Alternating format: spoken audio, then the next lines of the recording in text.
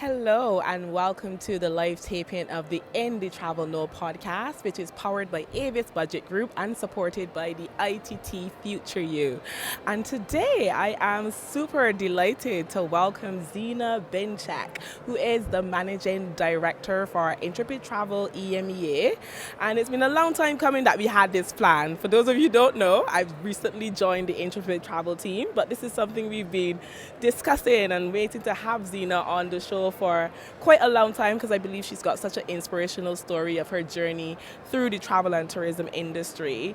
And to get started, Zina, the whole kind of mission and purpose of the podcast was really to be able to showcase the human side of game-changing leaders and be able to show those younger people in the industry or those looking into coming into the industry to show that there are different routes to getting started in your journey in travel. So if you could give us a little bit of a background in terms of how did Zina get into the travel industry? Was the travel always going to be a part of that journey, or were you working in another field and stumbled across travel? What does that journey for you look like? Thank you for having me. It's so good to be here. Thank you. I actually started in travel a bit randomly. Okay. That's the reality. I've been traveling a lot in my younger age with my parents, traveling around the world. We lived in different countries. I'm from Morocco originally, but I lived in Canada, I lived in France, I lived in the UK. So travel was always pretty much part of our lives and a passion for all of us in my family. But what I started actually post-graduation was in finance. So I was a finance auditor. I worked at a firm called KPMG in Paris. So very, very corporate, very different from anything we do at Intrepid. So what happened is that I decided to return back home when I'm originally from in Morocco in 2010. And where I returned was in Marrakesh, which is a very touristic city, and there's not a lot of finance job in Marrakesh. So I actually looked for a job in finance, and I actually found a finance manager job in the Intrepid newest office in Morocco, which was a very tiny little office of around 10 employees, and I joined them as a finance manager. That's how I started. Oh, so that's how you started. And then you went from finance manager at Intrepid Travel. Tell us a little bit about that journey now at Intrepid. Yeah, sure. So I was a finance manager in 2010, and then very shortly after that, I got into a new finance but bigger role, which was finance director for the Europe, Middle East and Africa region. So I was very quickly onboarded into helping the company to grow in the region, opening new offices in Egypt, in Turkey, in Europe, and supporting that growth, but from a finance perspective again. So that was kind of the next step. And then after that, I became a general manager. And I think that was probably the biggest step in my career, to move from being very functional and very quite comfort zone in honesty, and to more of a generalist job, and became general manager in 2017 for Europe and Morocco. And so for Intrepid, in that EMEA region, we have different offices, and I was responsible for the offices in both areas that then we developed and grew, and then we created more offices around, and then I had a new role, which was regional general manager for Europe, Middle East and North Africa. Okay. Was there something in particular that prompted you to move from finance into the general? So you just want to put yourself outside your comfort zone, try something different? I'll be honest with you, I didn't want a GM role. I initially was very, very, very comfortable in what I was doing. I just didn't know about operations. I didn't know about sales. I didn't know about marketing. I didn't know about anything else than finance. So I just didn't feel confident. And I think you might share this, but I think us women, we often don't like to go into, new jobs in new areas if we don't feel we 100% can master them. Yes. So I kind of said no initially to the job. And my manager at the time, a woman who was my mentor as well, she said she's been very smart, and she said, look, you know what, do it as an acting role to help us for a period of time by the time we actually find someone suitable. So I've done it for 6 months, and after that she was like, sure. I think she saw the potential. I think she saw the potential, and look where it's brought you to. You're the managing director for the EMEA at Intrepid Travel, which is really exciting role. And I often say I don't know how you guys do it because it encompasses so much. Do you mind, before we get there actually, let's go back a little bit to Morocco, because you've done such amazing work in Morocco when it comes to lobbying the government as it relates to women and running their own tours and that. So tell us a little bit about that, actually. Sure. So I guess I was a quite young female general manager in a country that's mostly quite conservative, let's say it.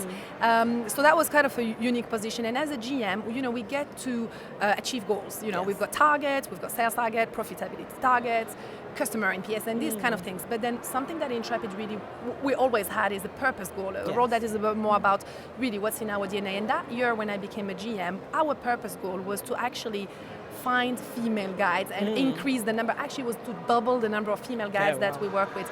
And for the ones who don't know, Intrepid runs guided tours. So that's kind of what we do is really train, recruit, and build pools of tour guide in all the locations where we operate. And so in Morocco, when I looked at this goal, I kind of realized that we had 0 female guides, so I needed to find one, ticked. And then I went a bit further than that because I started to dig into the issue why we can't have female guides in Morocco. We had many in, not many, but a few in Egypt. A country that I was thinking was a bit more conservative in a way, or India, for example. And so as I was digging into the issue, I realized that the role was very, very less known. It was not very clear that it was a job that was very empowering, that was paid really well, that was an exciting job, and there was very little information about that. And also the whole guiding regulations was very opaque and not very, very clear. And so I started to use the power of Intrepid in Morocco. I became a very large GMC. To that point, we were around a team of 70 plus 100 guides. Wow. So went to our contact to the Ministry of Tourism. We helped with some lobbying groups. The Australian ambassador was a fantastic woman and played a big role to help me with this, to actually go and ask for guiding licenses to be issued. We trained women, our own women, and we put them forward to the Minister of Tourism to actually get them licensed. And so we managed to achieve that.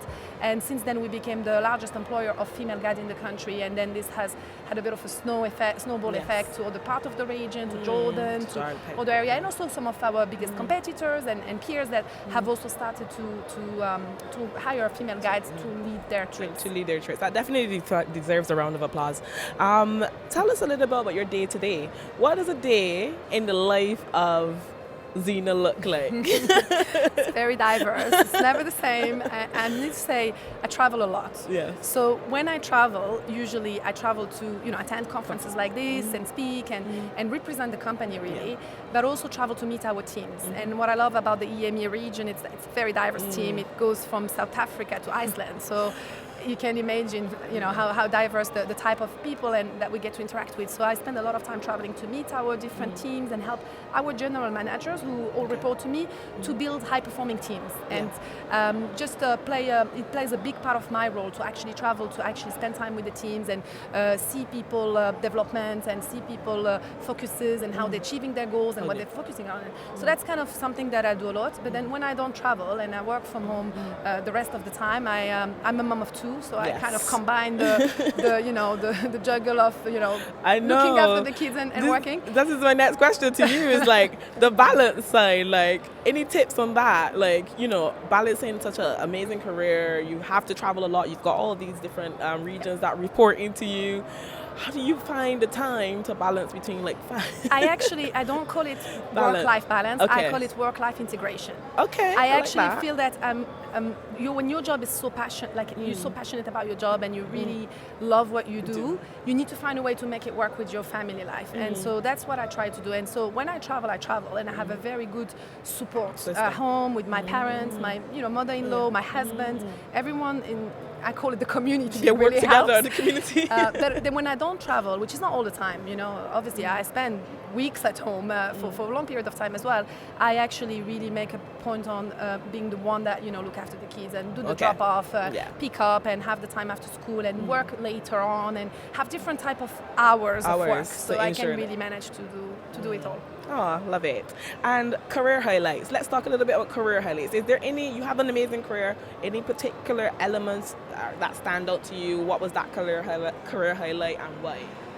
Well, in general, I'll tell you just in general, because you mentioned the story about the lobbying work we've done in Morocco. So that definitely was a massive highlight in my career. Yeah. It did lead to many opportunities, and I'm very proud when I go back to Morocco now as a visitor and to see these women growing, these women empowered. Actually, it's funny because our GM in Morocco was telling me that our female guide are now the most, rare resources that we have. So Yeah. they're well paid and well they're very paid. empowered, and Okay. so I think I'm very proud of that. So it's definitely one of my highlights to see this team growing and going from strength to strength. But then obviously we've been to 2.5 years of hell in the travel industry, and I took on the MD job, which pretty much was focused on the UK market. So I was literally managing the UK team during that period on the 29th of February 2020. So that's kind of 2 weeks before everything started, and until very recently, as we hired a new general manager to replace me here in the UK, Hazel. I think that it's been very difficult, but it's been amazing that we've been through all of this together, and that we're now, I think we all feel in this team in particular that we have a better business, a better brand, a better engagement internally, and that we're very well set for success. And that's for me a highlight. Just to have been through all of this, And be here to stand, yes, definitely. And what do you think are some of are one of the kind of biggest factors that has led to your success in your particular career? I without any doubt, mentoring was, I had the chance. So first of all, I work for a company that really acts as an enabler for me. So there's different type of businesses that I can say Intrepid has really believed in me from day one. So I had, a lot of opportunities for learning and development, and a lot of, there's been a lot of investment in people like me, and I think I'm very grateful for that. But then I had the chance to be mentored twice by two very strong, amazing women within the company. Robin Nixon, you might know, she was at some stage managing director of the UK as well, and so she's had 23 years of experience in Intrepid.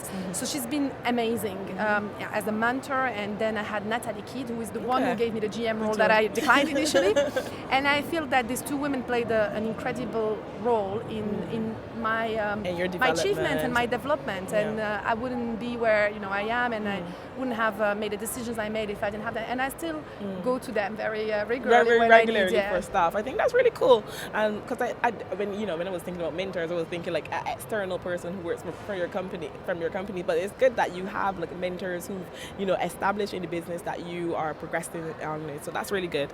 And in terms of like advice for aspiring leaders, you've given us loads of different tips already. Any particular advice for aspiring career young people coming into the industry, want to work their way up the ladder? Any particular advice for them or tips? Yeah, a few actually. Well, I know it sounds, I don't know how it will sound, but hard work is kind of, That's number one. It is. I mean, and I think hard work pay when you work in the right environment. So we can't deny that. And, you've got to be passionate, and you've got to be, willing as well. And I'd say don't be afraid, especially as you become more and more for, manager and leadership role, that don't be afraid to take decisions. Yeah. A great leader have made decisions. So, you cannot be a great leader if you can't make a decision. And whether they're good or bad, you do learn from bad decisions as well. And I think that's what makes you bigger and make you better as a leader. I made a lot of mistakes, so I'm just I made decisions as well, and some of them were good ones and led to good outcomes. So good outcomes. I always say that success is a bad teacher. You have to go through those failures. You have to have the no's. You have to get things wrong in order to learn and not do it again. So definitely agree with you on like getting it done, making sure you do it. Let's talk a little bit. Let's move into our kind of insights where we talk a bit more about what you guys are doing as a company. And obviously, you just mentioned you were the the general manager during like 2019, 2020, which was a really tough time for the travel industry. And this year at TTG Awards, we swiped home like 3 amazing awards. You had the Touring and Adventure Operator of the Year, you had the Sustainability Initiative of the Year, and you also walked away with the UK Airline Company of the Year. How did that make you feel, knowing everything that you guys had been through as an organization, especially here in the UK market particularly? How did that make you feel to receive all those awards, given you got the news? Well, I was very annoyed that I couldn't be there on that First night. of all, I had no expectation, and I know the team had no expectation to win any award. And not that I couldn't make it. I had another clash, and so I was very annoyed that I couldn't make it. But it's okay. I think that's the first thing is that I know it's an award it's a great recognition in the UK, in particular for the team and for the work we've done. But it's a global recognition for us as a business because the sustainability initiatives, the initiatives that have been led by different people around the company, and I just want to acknowledge that. So it was very a combined team effort. I am very, very proud, especially that the third award that was again not unexpected. It's not one that we entered. You know how it works with awards. You have to enter them. So we didn't enter it. To get that recognition as a travel company, not as a tour operator, not as a sustainable operator. It was really that the travel company that really was amazing, and just be very proud. It set the bar high, so we have to continue really doing what we're doing, and just very proud of the team, and I think they deserve it. Really, it's a good boost for them. I know. I had just joined the team, and it was really good. It was just like an extra motivation to what we're gonna get up to next for next year, like making sure that we kind of smash all those goals. So it's something really fantastic, a bar to set yourself against. Exactly. And in terms of trends, is there any particular thing that's keeping you up awake at night? What's keeping Zina awake at night, good or bad? It could be good or bad.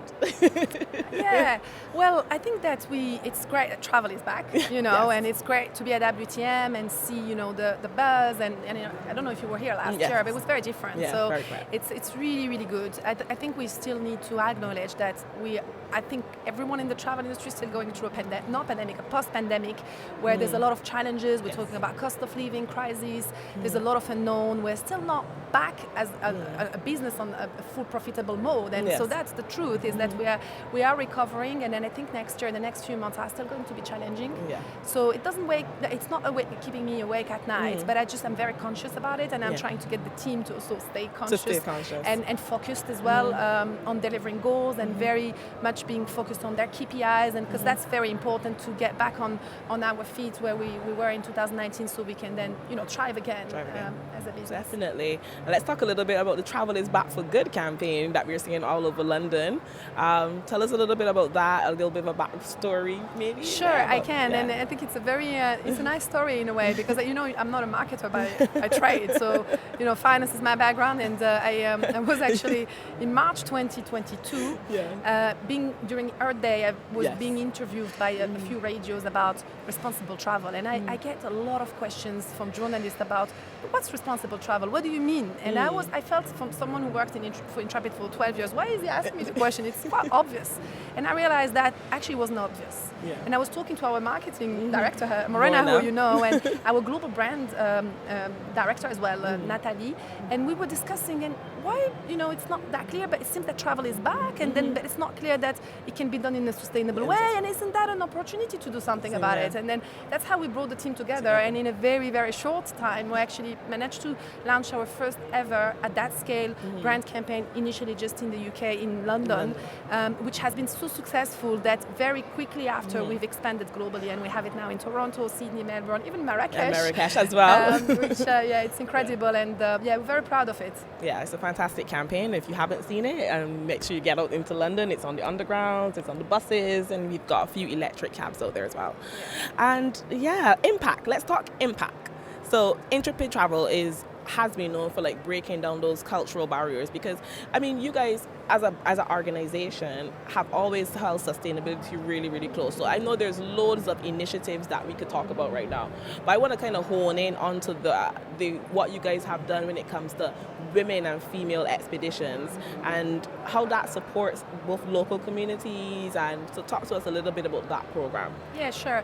Back in 2017-18, as I told you, we were looking for female guides. I was doing my investigation in Morocco specifically, and I got in touch with female guides. I was actually calling the few of them that were available and just asking them. And then as I was getting to know them more, I actually realized that most of the work they were doing was actually for female-only trips. Okay. Very small scale, and it was their own business. They were getting their own clients through their own Instagram pages or whatever.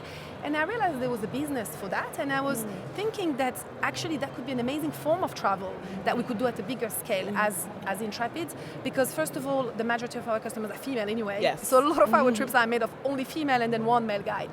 So, I thought that could be an amazing way to break the barriers, to open a different world, especially in conservative countries, like Morocco, Jordan, Egypt. So I thought that could be really interesting to do it. And so I pitched the idea, and we started to brainstorm with different people, product managers and all of that. And we launched the ranch in 2018, which was only in three countries, Iran, Morocco, and Jordan. And we picked the countries where we knew we had gender equality problems. Yes. And because what the goal really was to break the barriers, to actually empower women both sides, the customer, who were getting to see and understand a culture and have access to a culture and religion and customs that they wouldn't if they were male. Yeah. Because they're women and they have a female guide, they could get those doors open for them. And obviously all the women that are part of the trip and the supply chain, like but from the transporter to the host to the cook to the guides, obviously, only women. So they get the money directly in their pocket. And so we designed those tours, and then it was the biggest success. It was the most successful product launch for Intrepid in its history for 33 years. So that was quite a win for us, and then it became very successful that we expanded it to other countries. If I'm not mistaken, I think we have one in India, in Peru, in Kenya. So and we're getting more and more also businesses that, or like individuals or smaller businesses that actually want us to operate for them those type of trips as well, for their own brands or their own customers. Okay. So it has become an amazing trend. Yeah, it's on the B2B side more or less. So yeah, it's extremely, and actually now, as I said, I think I said that earlier, but our female guides, they are rare resource, and they're very like we're trying to keep them. We get competitors going after them. Like get your, like, so it's we need more of them actually. We still don't have enough. You still don't have enough. Okay. Yeah. Well, now we kind of come into like the close of this session. I want to talk some fun questions. I've got some fun questions in here, and the first one is, if you weren't Zina Bencheikh, the managing director of Intrepid Travel EMEA, what career would you like to explore? So I have two answers to that. The first one, I would say, actually, I wouldn't mind politics. But, I can see that. But I'd love to find a form of politics where, you know, your hands are not tied, that you can actually create actions and do things. Get things done. And I feel that's what I'm getting with Intrepid. It's not politics, but I'm almost on a mission, right? And I can have influence. So the other one, which it's funny, but the other one would be, I mean, it's more of a dream job. I'd love to be a tour leader. Because, you know, I just love my country. I love traveling. I am the tour leader for the family. So when we travel, I'm the one who organizes the local travel agency. Okay. So, however, when you think of my job, it's kind of a mix of both. It's a mix of both. And that's what I love. I'm promoting places that I love and talk about them. And in the same time, I think, as I said, you know, I have a decision. I can make decisions to create a change, a positive change, and I use that. Yeah, fantastic. And is there any particular person in the industry or outside the industry whose career inspires you, and why? Well, there is a person who I knew for a long time, but I met recently, which I've spent some very valuable time. And I found very inspiring. Okay. Her humility, it's Irene Hayes. Okay. I actually spent some time, I'm sure you know her, but I met her in Marrakesh, and I spent some time with her, and I was so inspired. She's had, like, it's incredible. For the ones who don't know, she's the chair and co-founder of Hayes Travel, the largest independent travel agency of the UK, and we spent some time together in Morocco, and I've seen her talking to her team, from the most junior person to the, you know, it doesn't really matter. She spent every Friday calling her team, the people who have been above and beyond, personally, to recognize them. You know, it doesn't cost anything. It's just her giving her time to do that, and I'm very inspired by this kind of female leadership. She's a really inspirational leader. So, and as well as yourself, I'm sure. We're going to open the floor to any questions. Does anyone have any questions? Do we have any questions? And there's one right at the front here. It's a lovely lady.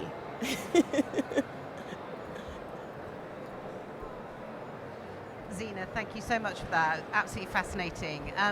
One quick question, going back to sort of all the great advice you've just given for people launching and looking at sort of furthering their career. If you could go back to the young Zina Bencheikh all those years ago, not all those years ago, only a handful of years ago, what piece of advice would you give yourself based on what you know now? I'm someone who looks at the positive always, like the glass half full. So it's hard to, even in a difficult situation, I try to get the good out of it. So I say advice. I think so, even when I've been doubting of being able to do a job and not wanting to go for it, like for example, as I said with the GM role, thankfully I had someone to help me to actually accept to do it and went ahead with it and all of that. It doesn't happen all the time. So I think I would say don't doubt too much yourself. You will never be 100% or more of a job to go for it. You will never. So you know, you'll learn as you go, and that's the best part of it as well. It's a journey, really. So it cannot be the achievement from the start. So I think that would be the advice.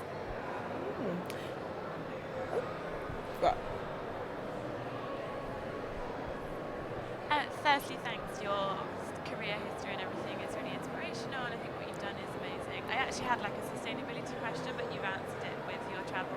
Is that for good? That's amazing. What are the key things you look for when hiring at Intrepid? Like what key qualities if someone was looking to get a role? It's a good question because we've been doing a lot of recruitment, and I think the one criteria that's above any skill is that the values and the culture fits, which goes I think hand in hand. So we look for people who really understand our culture and would want to fit within it and care about those values that we believe in. So that's very, very important for us.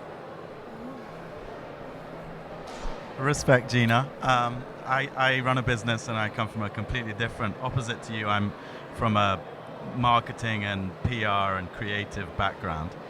And I had to learn a lot about finance in the last few years. And I still don't really do it very well. I kind of leave that to the end.